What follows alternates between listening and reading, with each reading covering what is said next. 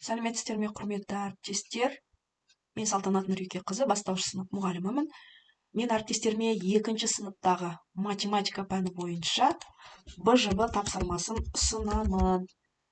Бірінші сыныпта біз БЖБ жазып көрген жоқпыз.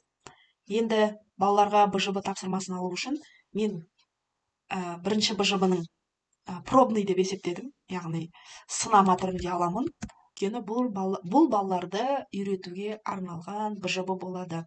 Сонымен қазір мен сіздерге үлкейтіп көрсетейін. Әріптестер, бұл бірінші біз екі таңбалы сандар деген бөлімшені өтеміз. 4 оқу мақсатын алып отырмын, себебі 4 оқу мақсаты да өте қарапайым, балаларға түсінікті, сондықтан 4-еу алып отырмын.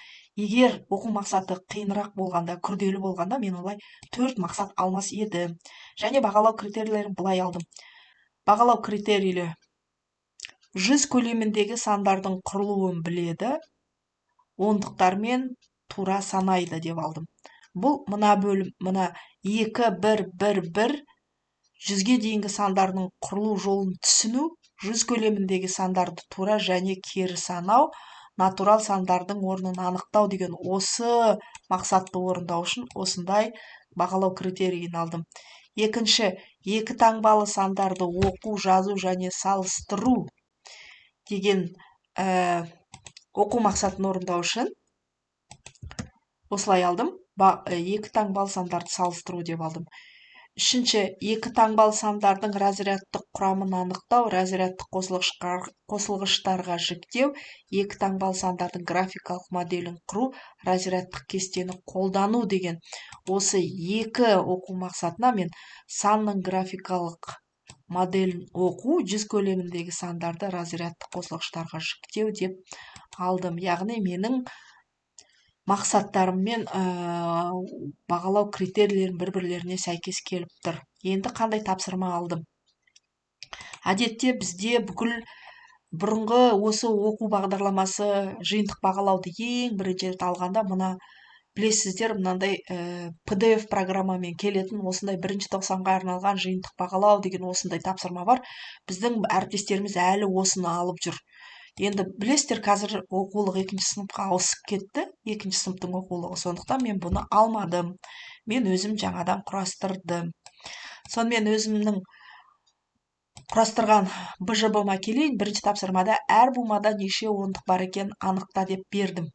Қараңыз, мында 2 ондық, мында 1 ондық, мында 6 ондық жатыр, мында 5 ондық, мында 4 ондық жатыр, мында 3 ондық жатыр. Бала әрқайсының астына оқушы жазып шығады. Мында қанша ондық бар екенін жазып шығады, және бұл ондықтарды өсу ретімен жаз. Тапсырма жаздым. 10, 20, 30, 40, 50, 60 деп бала осылай жазып шығады. Сонда мына 100 көлеміндегі сандардың құрылуын біледі, ондықтармен тура санайды деген бағалау критерийін бала орындап отыр. Егер дұрыс орындаса. Екінші тапсырма сандарды салыстыр деп алдым. 65 пен 56. Екеуінің ондықтары мен бірліктері бірдей цифрлармен жазылған, бірақ мында 6 ондық, мында 5 ондық. Мында 5 бірлік, мында 6 ондық. Осыны бала анықтай білу керек. Келесі тапсырма бізде ондықтары мен бірліктері әртүрлі цифрмен жазылған санды салыстыра алады. Келесі санның графикалық моделіне қара, онда қандай сан берілген? 1, 2, 3, 4, 5, 5 ондық, 3 бірлік, бала мына жерге қанша екенін жазады? 53, балалар, ата-аналар, құрметті оқырмандар. Мына жерде мында 7 ондық, 5 бірлік, мында 75 деп балалар жазады. Өзінің қажетті санды. Осы графикалық модельді бала оқи алу керек қой. Себебі жаңа оқулықта бізде ондықтар, бірліктер осылай берілген.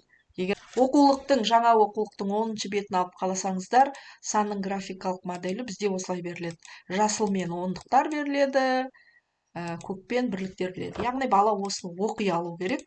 Келесі осы екі санды, мында 56, 53, мында 75 деп жазғаннан кейін, мына қаламын алып, мен шақпақ дәптердің бетін қойып қойдым. Осы жерге балалар санды разрядтық қосылғышқа жіктейді.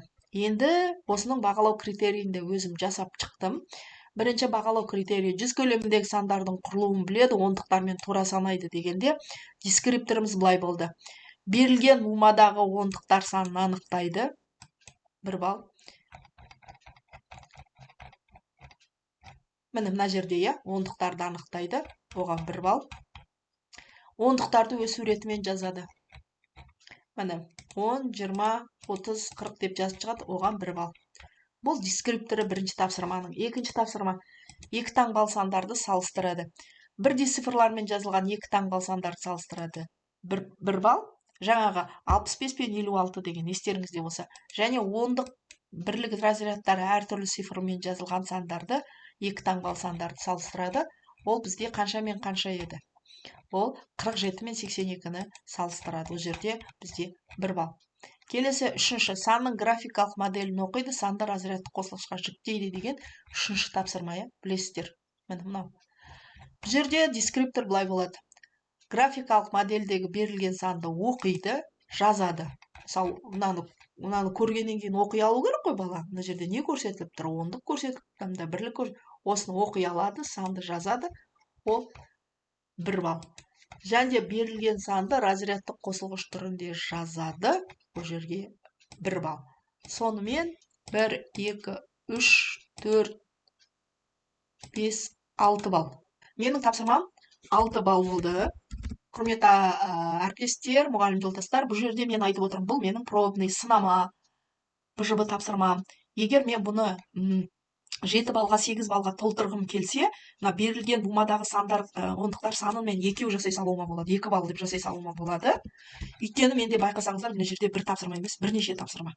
Соның есебінен мен бумадағы ондықтар санын анықтайдыға 2 балл бере салуыма болады. 2 балл, 3 балл, 4 балл, 6, 7 балл. Сонда менде бүгінгі сынама ретінде алайын деп отырған БЖБ тапсырмамда математикадан 7 балл болды. Құрметті ұстаздар, өздеріңізге қажет болса алып пайдаланыңыздар, ізденіңіздер. YouTube каналыма жазылып қойыңыздар. Мен болашақта математика, қазақ тілі әдебиеттік оқу, жаратылыстану, дүниетану барлық пән бойынша БЖБ тапсырмаларын орындап салып отыратын боламын. Тыңдағандарыңызға рахмет.